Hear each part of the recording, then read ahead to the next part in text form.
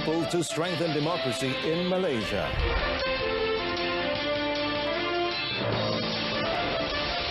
Police leaving no stone unturned in sex video probe.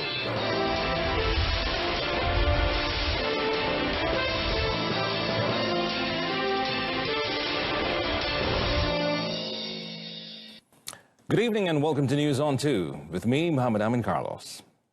Prime Minister Tun Dr. Mahathir Mohamad today said young people will strengthen democracy in Malaysia with their energy and intellect when they are given the opportunity, space and voice to join hands in shaping the nation through the elections. And speaking while tabling the Constitution for Amendment Bill 2019 for a second reading in the Dewan Rakyat, Tun Dr. Mahathir said it is for this reason that the government proposes for Malaysia to lower to 18 years the age of eligibility to vote and to be an electoral candidate. Tun Dr. Mahathir said that, in general, the political awareness among youths has increased, with their looking forward in terms of thinking and maturity in line with the progress of the country. Langkah ini adalah bagi memberi peluang, ruang dan suara kepada mereka untuk sama-sama berganding bahu mencorak demokrasi negara melalui pilihan raya. Lagipun di zaman sistem persekolahan terbuka kepada semua anak muda, mereka menjadi dewasa lebih awal. In addition, the Premier said these young people are exposed to extensive information, mass media influence and advancement of information technology, which make them smart, mature in their thinking, self-reliant and more informed. Tun Dr. Mahathir said the government now believes that young people can balance the need to acquire knowledge and skills with political awareness and responsibility to carve a brighter future for the country, adding that this is in line with the government's desire to create a society of responsible citizens. Now, meanwhile, Tun Dr. Mahathir said besides reducing the voting age and age limit for election candidates to age 18, the amendments to the Federal Constitution also propose that they be automatically registered as voters by the Election Commission, or EC. Tun Dr. Mahathir said if the amendments were approved, the government expected 7.8 million new voters that would be included into the electoral roll every year until 2023. The government anticipated the number of voters in 2023 to increase by more than 50%, raising the total to about 22.7 million compared with 14.9 million in the 14th general election last year. The Premier said that since the transition of government in May last year, Malaysia continued to be peaceful and stable, enabling the amendment and abolition of oppressing laws to be implemented.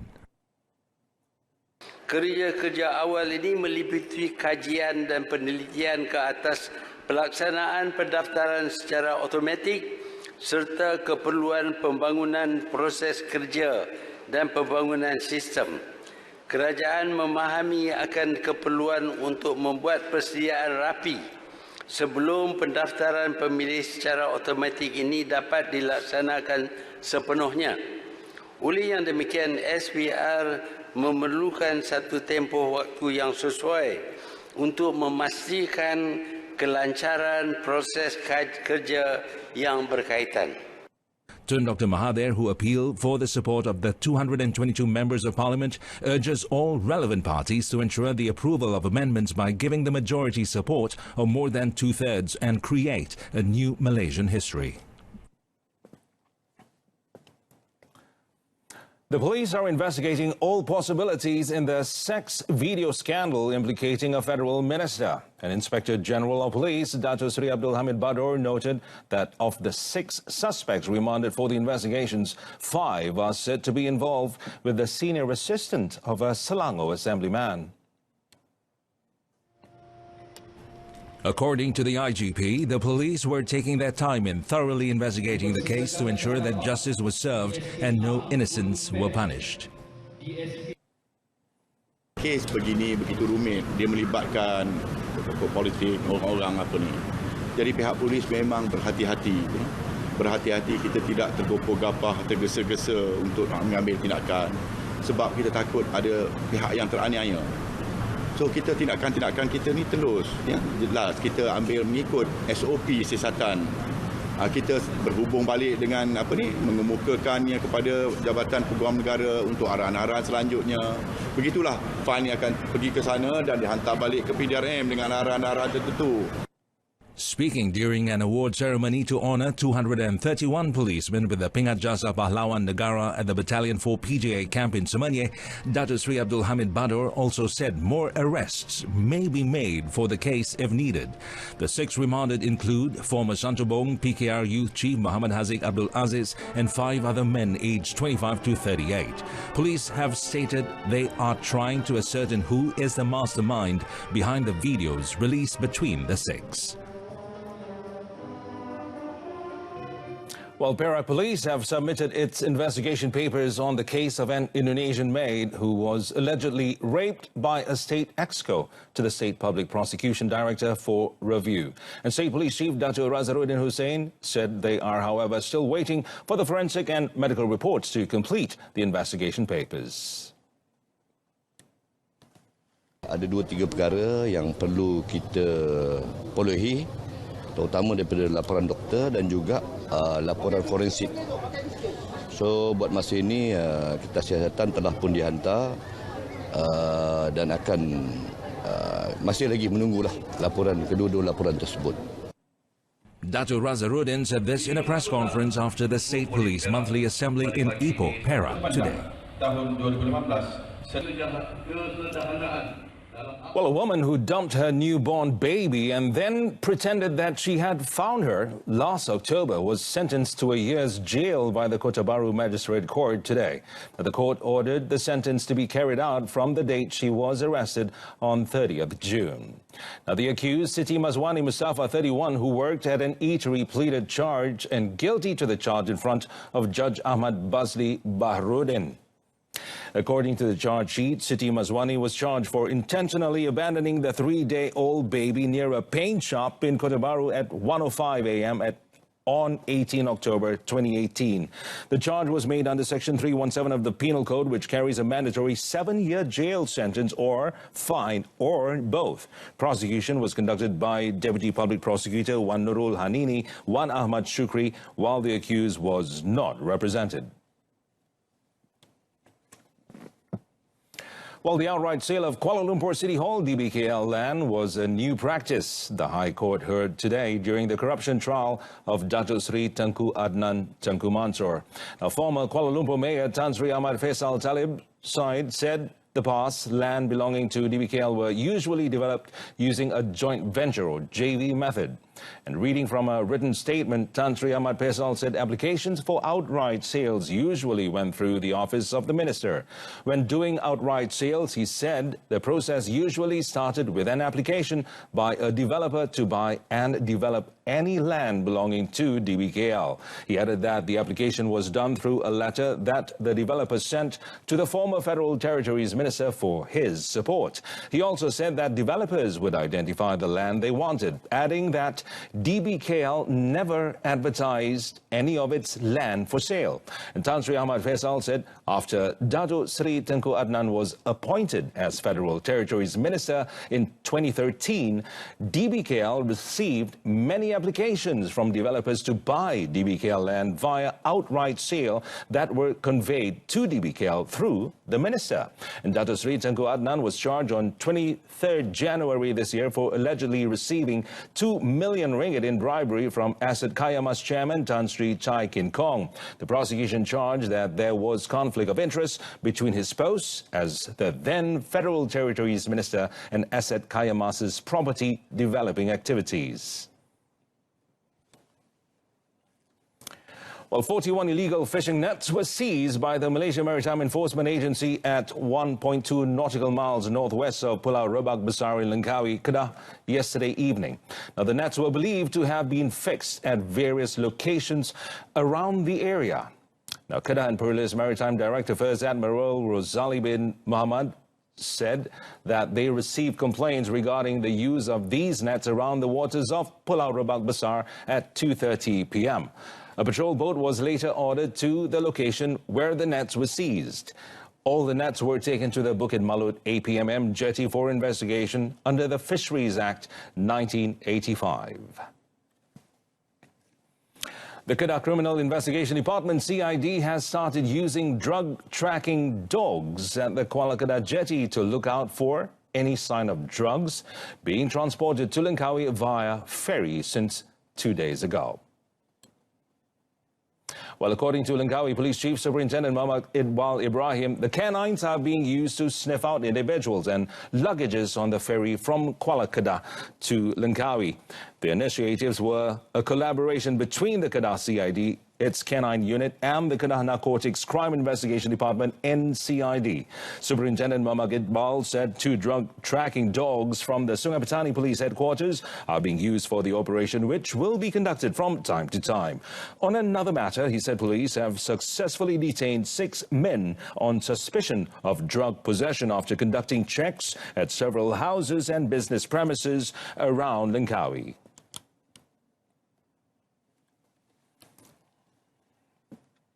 Well, 48 illegal immigrants were detained during Ops Sapu conducted around Sungai Petani early this morning.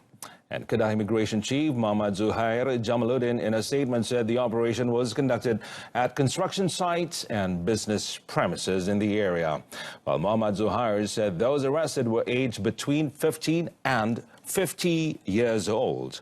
16 of them were Myanmar nationals, 15 from Bangladesh, 13 from India, and 1 from Cambodia. Also arrested were 1 man and 2 women from Indonesia. According to Muhammad Zuhair, they were detained for various offences under the Immigration Act 1959-63. The immigrants are currently being held at the Home Ministry's Immigration Department's lockup before they are handed over to the Belantic Immigration Depot in Sik. Well, the Health Ministry is looking into the online sale of abortion pills, namely misoprostol and mifepristone. Now, Health Director General Dr. Nur Hisham Abdullah said both products are unregistered and are prohibited to be sold in Malaysia since 2016, where 16 raids were conducted involving 28 seizures worth 97,578 ringgit. Now, Dr. Nur Hisham said the raids were conducted following cyber forensics investigation in accordance to the current procedure and laws. While he added that the modus operandi used to sell this product is via internet communication applications and e-trade platforms. Dr. Nur Hisham said the Pharmaceutical Enforcement Division has increased their cooperation with various e-trade and social media platforms in Malaysia by requesting them to blacklist those who sell these products. Well, a total of 225 websites have been monitored between the year 2016 and until now. And of the total, 98 sites have been submitted to the Malaysian Communications and Multimedia Commission, Facebook, Twitter and YouTube for further action.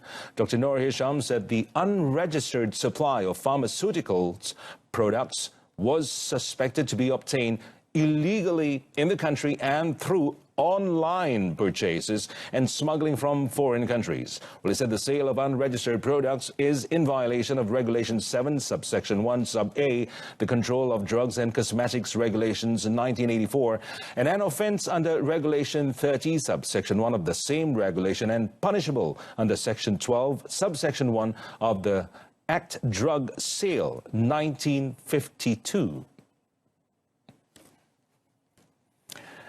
The Kelantan Palace today announced that no individuals can be referred to as the Permaisuri of Kelantan, Raja Perempuan Kelantan, Sultanah Kelantan, or the Queen of Kelantan without any official announcement from the palace. Now, its comptroller of the royal household, Dato' Perwira Raja Dato' Nik Muhammad Shariman Nik Hassan, in a statement said only official announcement from the Kelantan Palace could be taken into account as accurate and acceptable news by the people and media practitioners. The statement said that Yang Teramat Mulia Dr. Tengku Muhammad Faiz Petra Ibni Sultan Ismail Petra is the Tengku Mahkota of Kelantan, and His Highness Sultan Muhammad V's mother, Yang Maha Mulia Tengku Anis binti almarhum Tengku Abdul Hamid is titled Raja Perempuan Tengku Anis. Hence, the palace calls on the people and media practitioners not to be easily influenced by the dissemination of unverified information on the social media. Well, the involvement of the National Disaster Management Agency, or NADMA, in handling the disaster situation in Kuala Koh, Guam Musang has helped the agency in playing its roles in formulating a more effective disaster management strategy, instruction, and also the action plan. Now, speaking in the Dewan Rakyat today, Deputy Prime Minister Datuk Seri Dr. Wan Azizah Wan Ismail said the Kuala Koh disaster was classified as Disaster Level 1. And was managed in line with the disaster management culture encompassing preparedness, response and rehabilitation and mitigation to reduce the impact. Tiap-tiap orang asli itu walaupun diambilkan data-datanya, ada yang banyak yang masuk dalam hutan belantara yang tidak dapat dikesan. Namun apa yang ni adalah satunya data untuk penyakit mereka, data untuk pelibatan mereka dan bagaimana mereka dalam kawasan rayau mungkin diberikan satu tracking device. Tetapi kalau kita nak mengambil kira bahawa untuk menyerapkan mereka dalam pembangunan arus perdana, mereka juga ada gaya hidup yang berlainan, dan apabila kita menyusurkan banyak-banyak lagi yang paling asas untuk menjaga kesihatan diri, higien yang basic, itu macam gosok gigi, menguruskan ya cleanliness ya dengan izin, itu pun kita mendapati mereka mesti mengubah minda mereka untuk menerima itu. In addition, the Deputy Premier said NADMA will also carry out a post-mortem for the incident to study and identify the room for improvement in the management of future disasters. Elaborating, the Deputy Prime Minister said among NADMA's roles during the disaster was to formulate a disaster management strategy through technical discussions at the operational and strategic levels to prevent the situation from getting worse. Lembaga Tabung Haji is currently reviewing its procedure to find measures to shorten the depositors' waiting period to perform the Hajj. Deputy Minister in the Prime Minister's Department, Fuzia Saleh, told the Dewan Rakyat today that based on the current list, those who registered in July would have to wait for 116 years. Ya, jadi bagaimana kita nak memendekkan apa yang kata waiting list itu ialah kita perlu berunding ya bagaimana kita untuk mendapatkan kota tambahan ya yang daripada kerajaan Arab Saudi. Tapi di masa yang sama ada juga pelan-pelan lain yang memberi keutamaan kepada jemaah kali pertama. Sebab sebelum ini jemaah kali kedua boleh mendaftar dan masuk balik dalam queue. The official Hajj quota for member countries of the Organization of Islamic Cooperation, OIC, including Malaysia, is set by Saudi Arabia, which is 0.1% of the population of their respective country based on the United Nations World Population Prospects statistics. Presently, the official quota for Malaysia is 30,200. Earlier, Fuzia said Tabung Haji had recorded a total of 133,000 new depositors with a total savings of 83 million ringgit between January and May. Tabung Haji had in May said the recent restructuring exercise was a success based on its revenue of 623 million ringgit and a net profit of 440 million ringgit. Well, Teleport, the rebranded cargo and logistics platform of AirAsia Group Berhad, has co-invested equally with Gobi Partners, a venture capital firm of around 43.8 million ringgit, or that's $10.6 million in Easy Parcel, a regional e-commerce and parcel delivery player, to scale online parcel delivery services. Now, Teleport is a wholly owned subsidiary of AirAsia Group, formerly known as Red Cargo Logistics.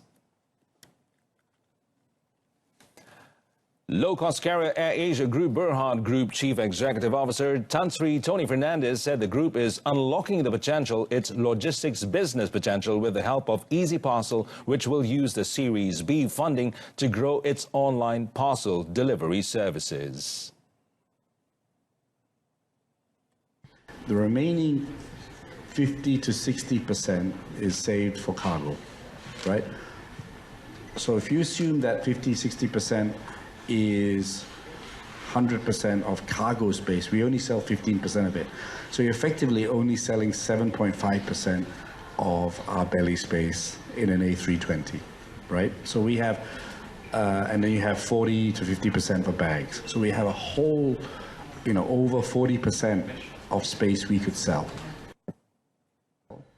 They are an ASEAN. Meanwhile, Teleport Chief Executive Officer Pete Chariowangsak said the partnership would transform the logistics and e-commerce platform, especially for small and medium enterprises or SMEs, to move items from A to B. He added the investment will allow Teleport to accelerate the accessibility of logistics for SMEs, while at the same time encourage more collaboration with the region's logistics startup community. Teleport's logistics and infrastructure capabilities include more than 100 cities, 10,000 Air Asia flights per week, and more than 1 million tons of cargo capacity. The success achieved by Pandalela Rinong and Leong Munyi in securing their best ever outing at the World Championships by claiming silver in the women's 10-meter platform synchro is an inspiration to all Malaysian athletes. Now, Youth and Sports Minister Syed Abdul Rahman said the feat had qualified them for the Tokyo Olympics next year. Pandalela and Munyi showed they have not lost any touches despite teaming up for the first time in 3 years when they amassed 312.72 points in 5 attempts to come in second at the Nambu University Municipal Aquatic Center in Gwangju, South Korea, Sunday. Saya ingin ucapkan ribuan terima kasih kepada mereka kerana mengharumkan nama negara. Saya rasa before this when they qualified je ranked third dan sekarang second baru-baru ni.